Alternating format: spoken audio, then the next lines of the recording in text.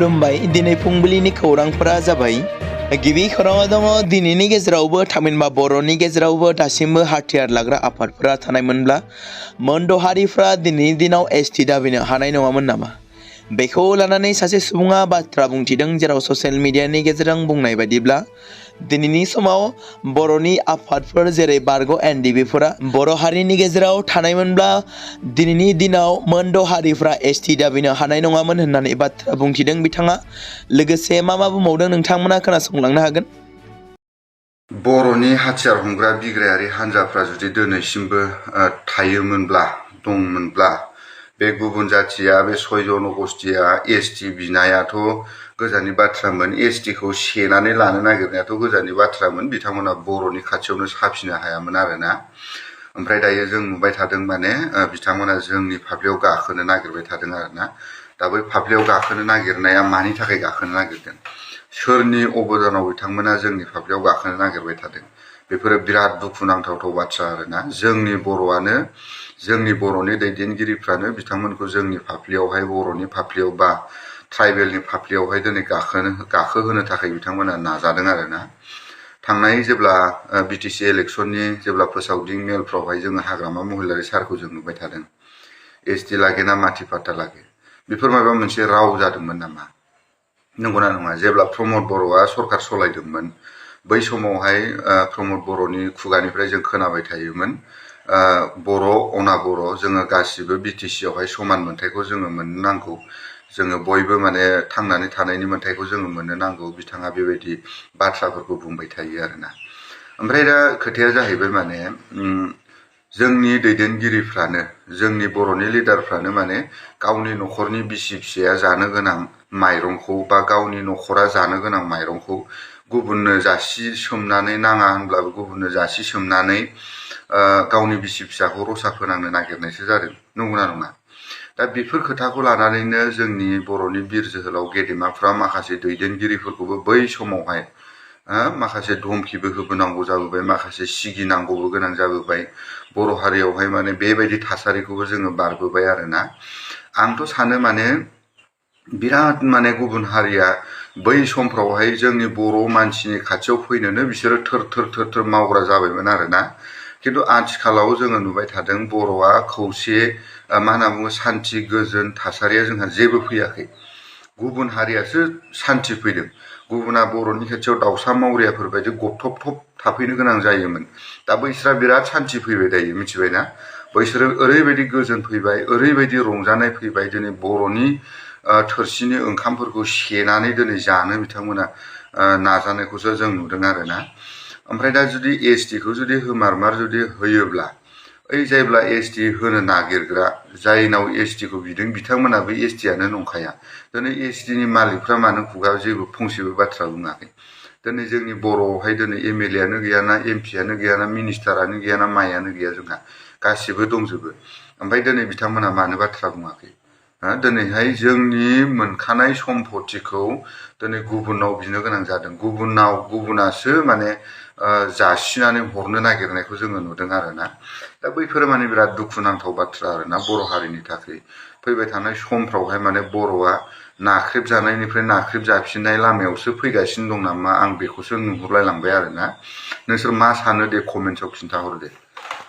हादोरनि राजथावनि गोदान दिल्लीनि लाल किल्लायाव बम ब्लास्ट जानायनि सायाव गोख्रोङै नायबिजिरनाया दासान्दि सोलिगासिनो दं बे समाव दिल्लीयाव बम ब्लास्ट जानायनि बागै गोबां गोदान खौरांफोरा सोराङाव फैदों मख'नो गोनां बाथ्रा दि दिल्लीयाव बम ब्लास्ट जानायजों 19 सुबुंफोरनि जिउ खहा जाबाय आरो 40निबो बांसिन सुबुंफोरा जोखोम जादों होनना खौरां मोननाय जादों बेराफारसेथिं जाथायजों सोमोन्दो थानाय गोबां पाकिस्तानी एजेन्टफोरखौ नायबिजिरगासिनो एबा नायबिजिरनायबो गोख्रोङै सोलिदों मोनसे रिपर्टनि बायदिब्ला जाय गारिजों बमाखौ लानानै फैदोंमोन एबा बमाखौ लाबोदोंमोन बे गारिनि गासैबो बाथ्राफोरा सोराङाव फैदों सीसीटीवी फुटेजनि मोनसे रिपर्टनि बायदिब्ला जाय गारिजों बमाखौ लाबोदोंमोन बे गारिनि नम्बरा HR26CE 7674 जाय I-20 गारिमोन आरो बे गारिखौ जाय लाबोदोंमोन बेनि मुंखौ डक्टर मोहम्मद उमर मबी होनना सिनायथि होदों उमर मबीआ गंसे मेडिकेल कलेजनि सासे डक्टर एबा देहा फाहामगिरिमोन आरो मोहम्मद उमर नबीआ पाकिस्तानी उदखारिफोरजों लोब्बा लाखिनानै बेबादि दिल्लीनि लाल किल्लायाव गिख्रंथाव बमा ब्लास्टखौ खालामो आरो जायगायावनो गावबो जिउ गोमायो होनना सुलुङाव फोरमायदों। बे बिथिंखौ नोजोर लाखिनानै हादोरनि गाहाय मन्त्रि, नखर मन्त्रि आरो गोबां गोजौ थाखोनि सोद्रोमाफ्रा गोख्रोङै सोंखारिदों आरो गोख्रोङै नायबिजिरनायनि गेजेरजों जाथायजों सोमोन्दो थानाय सुबुंफोरखौ नागिरगासिनो दं होननाबो रिपर्टआव फोरमायदों। बेराफारसेथिं दिल्लीनि लाल किल्ला साखाथि फाखाथि हाई एलार्ट फोसावदों हादोरसा खुंथाया। बे बाथ्राखौ मख'नो गोनांदि पेहेलगाम उदखारि गाग्लोबनायनि उननिफ्राय 2025 मायथाइनि बियो नैथि खेब दुखुनांथाव जाथाय होननानै खौराङाव मख'नाय जादों। आसामनि दाब दाब ओनसोलाव आयेन बेरेखायै हाबा मावग्रा थामहिनबा ड्राग्स फालांगिरि खालामनाय माखासे दुथां सुबुंफोरखौ पुलिसनि गोख्रों अपारेशन खालामनायनि गेजेरजों हमनो मोनबाय थादों आरो हमजानाय खायसे दायनिगिरि दुथां सुबुंफोरखौ हमनानै आयेन बादियै साजा होबोदोंब्लाबो खायसे दुथां फालांगिरिफ्रा बेफोरबायदि आयेन बेरेखा हाबा मावनायनिफ्राय गोजान जानानै थाङाखै। बेबादिनो फिन आरोबाव क'क्राझार पुलिसा मोनसे स्पेशेल अपारेशन खालामनानै गसाइगाव पुलिस थानानि सिङाव थानाय हाब्रु बिलाव 11 किल'ग्राम सन्देह गोनां गान्जाखौ जब्द खालामो। लोगोसे 3 फालांगिरिफोरखौबो हमनो हानायाव जाफुंसार जानो हादों। बेबादिनो फिन आरोबाव माजबात पुलिसनि गोख्रों सिग्रोमनायावबो फिन 213.12 किल'ग्राम गान्जा हमनो हादों। 60 आरो 25 नं माजबात पुलिस थानानि केसनि नायबिजिरनायाव लालपानि पुलिसा 213.12 किल'ग्राम गान्जाखौ बोखांनो हादों होनना सुलुङाव फोरमायदों। आसामनि दिमा हासाव जिल्लानि हारंगाजाव दैबाज्रुमाव थामहिनबा आसामनि दिमा हासाव जिल्लायाव जालांनाय दुखुनांथाव जाथायखौ लानानै जोबोद दुखु मोननाय फोरमायदों। NIT सिलचरनि सेथि बोसोरनि 3 फरायसाफोरनि गोथै सह'खौ हारंगाजाव गामिनि साखाथियाव मोनसे दैबाज्रुमाव मोननाय जादोंमोन। बिथांमोनहा सनिबारखालि दावबायनो थांदोंमोन आरो गोरोन्थियै दैबाज्रुमाव बिथांमोना गोग्लैदोंमोन। फरायसाफोरखौ उत्तर प्रदेशनि सर्व कृतिका 20 बोसोर बैसोनि, सौहार्द राय 20 बोसोर बैसोनि आरो बिहारनि राधिका कुमारी 19 बोसोर बैसोनि होननानै सिनायथि मोन्दों। बिथांमोननि आत्माया जाहाथे गोजोनै थाहैनो हाथों बेखौनो आसा खालामनाय थादों आरो मिथिंगायारि जायगाफोराव दावबायनाय समाव सांग्रां थानो थाखाय बयखौबो खावलायहरदों जिल्ला खुंथाया। रुंसारि जुबिन गार्गनि सायाव फोरमान होनो थाखाय माखासे दैदेनगिरिफ्रा आयगनि सिगाङाव नुजाथिदोंमोन। जुडिसियेल आयगनि सिगाङाव नुजाथिनानै जगदीश बयाना बुंनाय बादिब्ला, जों जुबिन गार्गनि थैनायनि सोमोन्दै फोरमायथि होनो फैयाखै, नाथाय जों जाथायनि सोमोन्दै फोरमायथि होनो हायो। मख'नो गोनांदि बेनि थाखाय बियो फोरमान होथारनांगोन जेराव जगदीश बयान बिथाङा थैनायनि सायाव बिजिरसालिनि नायदिंनायाव मिरु नायबिजिरगिरि एजेन्सिजों नायबिजिरनांगौ होनना दाबि खालामदों। गुबुन फारसेथिं लुरिन ज्योति गगৈ बिथाङा बुंनाय बादिब्ला, जुबिन गार्गनि थैनाय समाव SITआ बेयाव थानाय सुबुंफोरनिफ्राय गासै खारिथिखौ बुथुमनांगौ।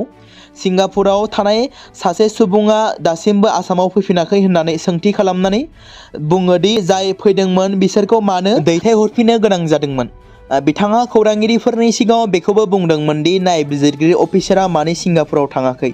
बेनि सोमोन्दै लिरनाय फोरमायथिखौ जुडिसियेल कमिसननो गथायनाय जादों। शिबसागरनि हहसारा दाकेरि गामिनि खाथियाव मासे हाग्रानि मोसाया उदाङै बेरायगासिनो दं। गोबाव समनिफ्रायनो उदखारि सोमजिबोगासिनो थादों। शिबसागर जिल्ला हाग्रा बिफाना बेनि सायाव जेबो फिननाय गैया। जायगानि सुबुंफ्रा मोसाखौ होखारनो थाखाय आखायाव सिखा आरो लावथि लानानै ओंखारबोनायखौबो नुनो मोन्दों। शिबसागर जिल्लानि हहसारा दाकेरि गामिनि साखाथियाव दरिका दैमानि साखाथियाव मासे मोसानि जाहोनाव गिखांनाय सोमजिदों। गोबां साननिफ्रायनो मोसाया गिनाय सोमजिहोदों जायगानि सुबुंफोरखौ।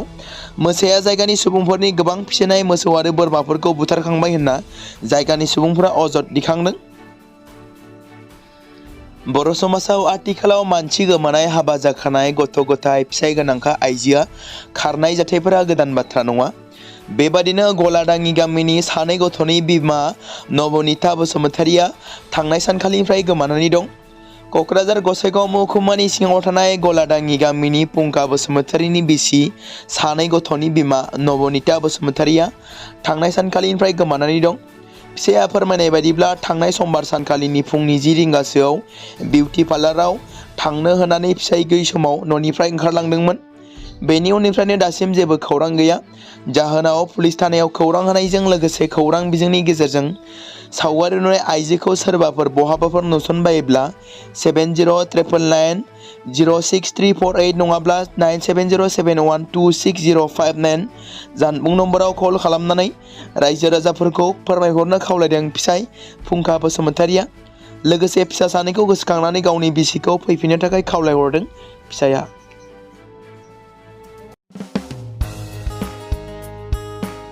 बे समाव मोनसे गोनां फोसावथाय बर' सावथुन नायनानै मोजां मोनग्रा गासै बर' रायजो राजाफोरनि गेजेराव लानानै फैदों मोनसे बर'नि OTT प्लेटफर्म गोनां, जाय प्लेटफर्मनि गेजेरजों नोंथांमोना बर'नि गोदान गोजाम सावथुनफोरखौ नुनो मोनगोन।